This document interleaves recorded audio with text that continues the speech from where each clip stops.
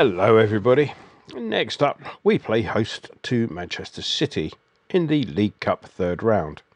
Kick-off on Wednesday is at 7:45 p.m. and should it be necessary, the tie will be decided by kicks from the penalty mark should the scores remain level after 90 minutes. There'll be no extra time. I believe that the tie is not on the usual live channels in the UK. The Eyes Up Mother Brown guys may put something together if the boss can rustle up enough of them not actually at the game. So City then, or City's superstars, as our marketing team notoriously referred to them a few years back, in one of those PR gaffes that they love to write out of history. They are, of course, the current holders of the League Cup, having won it for the past 4 seasons. Do you remember 4 years ago? It was about that time that Guardiola was proudly sporting some sort of ribbon in support of Catalan independence, which was at the time a major point of conflict in Spain, or Catalonia, depending on your point of view. The political gesture cost him a £20,000 fine from the FA, but he continued to speak out on the subject until a bright journalist asked him his views on human rights and their abuses in the Middle East, at which point he decided that politics were perhaps not for him after all. The season started quietly for the citizens. On the opening day, they somehow contrived to get beaten by Spurs at the Toilet Bowl, a result made more surprising by the added stat that they have yet to actually score in 4 visits to the publicly funded NFL stadium. Since then, they've got back on track with successive 5-0 wins over Norwich and Arsenal, both at home.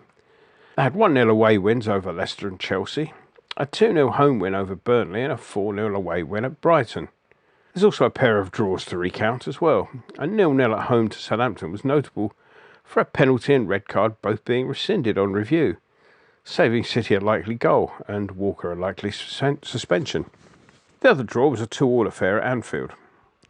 All of this has got them tucked in at third place behind the top 2 Chelsea and Liverpool, and with 20 points, 3 points and a place better off than our good selves.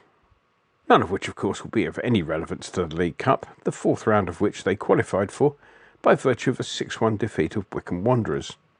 6 of that starting lineup were academy players, with De Bruyne, Sterling, Foden, Mahrez and Torres adding a bit of first 11 gloss to the side. Daisy, the personal assistant with a beautiful smile from whom I no longer have to remain socially distanced, had clearly had too much time on her hands of late, pointing out that the high number of academy players in their side led them to have an average shirt number of 49.7 in their starting 11 for the Wycombe game. With 3 players in the side with numbers in the 90s, we cannot be far away from the day when 3 figures appears on the back of somebody or other. Daisy tells me that they brought in 3 first-teamers during the window. Goalkeeping cover in the form of Scott Carson was in fact already there, him having been on loan from Derby County since August 2019, much one expects to the relief of Derby's bank manager and accountants. The deal was made permanent on the expiry of Carson's contract with the Rams this summer. Slightly more expensive at £100 million was Jack Grealish. Grealish, of course, has talent aplenty, but he's always going to be remembered around these parts for the ludicrous and embarrassing dives he insisted on performing. One of the funnier moments of recent times was watching Grealish go down after an innocuous challenge and screaming like he was a teenage virgin in a straight-to-DVD horror movie. Fredericks moved in to apologise, only to be blocked off by Soufal, who sent Grealish on his way with a flea in his ear. It's fair to say that Vlad had the measure of Grealish in their encounters last term, though it remains to be seen if either will feature in this one. The third player to arrive has yet to make any real impression on the first 11. Keiki, an 18-year-old striker, arrived in the summer from Fluminense. His arrival was ahead of schedule, with an agreement for the deal to go through next January originally having been agreed. However, a last-minute change of mind saw City pay £8 million for the player this summer instead. He was added directly to the first-team squad. His shirt number is a mere 37, and one might have expected him to play some part in the League Cup, but to date he's yet to see any first-team action at all. Of course, the big news in the summer was the transfer that never actually happened. £120 million was the rumoured offer for Harry Kane, a move which Spurs Supremo Levy turned down apparently. I say apparently as those of us who were present at the Olympic at the weekend could have been forgiven for thinking Kane had left during the close season, such was his lack of impact. They will be without Torres, who has a metatarsal injury. Now I'm getting all nostalgic for the days when metatarsals were the trendy injury to have. Youngster Liam, my dad has a long throw, Delap, is a long-term absentee with an ankle problem, while Sterling has a back problem which makes him an unlikely starter. They'll also be missing Benjamin Mendy. He won't be playing for the foreseeable future, being incarcerated as he is on charges of rape and indecent assault. He's had 3 attempts to attain bail knocked back, and he's due in court on November the 15th with a full trial due to take place in January 2022. At which point I think it's a good time for us to move on to the wild and wacky world of association football. In Europe, Barcelona, Real Madrid and Juventus are still forlornly clinging on to the hope of setting up their own breakaway Super League. Leaked documents suggest that the idea, which was clearly doomed from the minute the words Tottenham and Hotspur were mentioned, is about to be relaunched. Clearly labouring under the misapprehension that the opposition to the whole tawdry, money-grabbing enterprise arose from clubs cheesed off that they weren't invited in, they've now scrapped the permanent members idea and have decided to add a second division to the whole scheme. I'm willing to bet there wouldn't be many members of that original group in that second division, which they're proud to boast, by the way, will be selected on merit based on teams' domestic performances.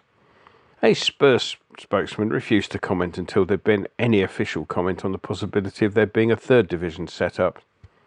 Meanwhile, the usual media people were going into hyperbole over Liverpool's demolition of a Man United team so dreadful they too will be looking closely for the Super League Division 3 plans to come out. I say team, they were anything but.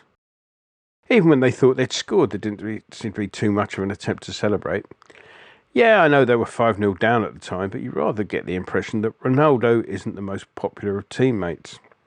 However, the whole reason for mentioning this match is for me to give a hats off to Gary Neville for what I presume was a brilliant but inadvertent commentator cock-up. Referring to the Pogba challenge that earned Veggie Boots his red card, Neville offered the theory that Pogba didn't have a leg to stand on. Navi Keita probably begs to differ on that one, Gary. And so let's move on to us. There's another day and another 3 points. The reaction from Spurs management was almost deluded as that of some of their supporters. Apparently we parked the bus, they controlled the game, etc, etc.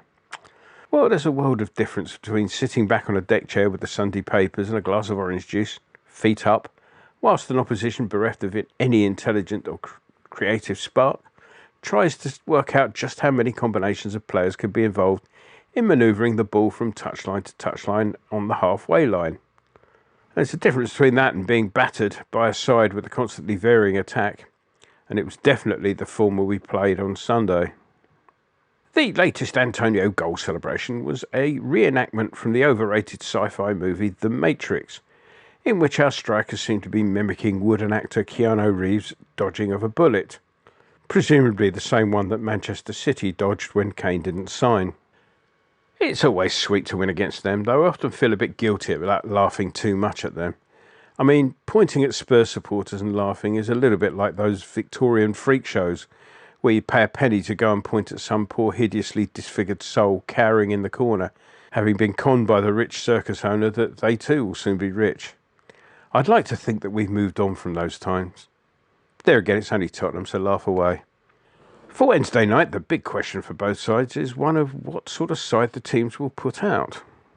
We'll be missing Soufal and Krul, their groin and COVID status ruling them out of contention. Other than that, it's a full squad. We put out a fairly strong 11 against their Salford neighbours the other week, and I'd expect something similar or even stronger this time around. They, of course, can make a number of changes and still field a side that might well be playing a league match a few weeks later. However, the noises coming out of their camp suggest a similar split between Academy and First 11 this time round as they did against Wickham. As mentioned, they clearly like this cup, having made efforts to retain it for all those years. On the other hand, these runs have to come to an end sometime or another. Over the last 12 months, we've given them a decent game or two. For that reason, I'm in bullish mood, and I've decided to go all optimistic and place the £2.50 that I was going to give to some Victorian freak show owner on a home win. Make that 2-1 to us, please, Mr. Winston, though I might have a cheeky side bet on it going to penalties. Enjoy the game. Yes. From big knees up Mother Brown, man. Yeah. yeah, I'm regularly on the general discussion page. There's always someone who's got some information, so I love it. Yeah, it's great. Yes, it's excitement surrounded by imminent disappointment. That's what it mostly is. Get on the forum at kumb.com.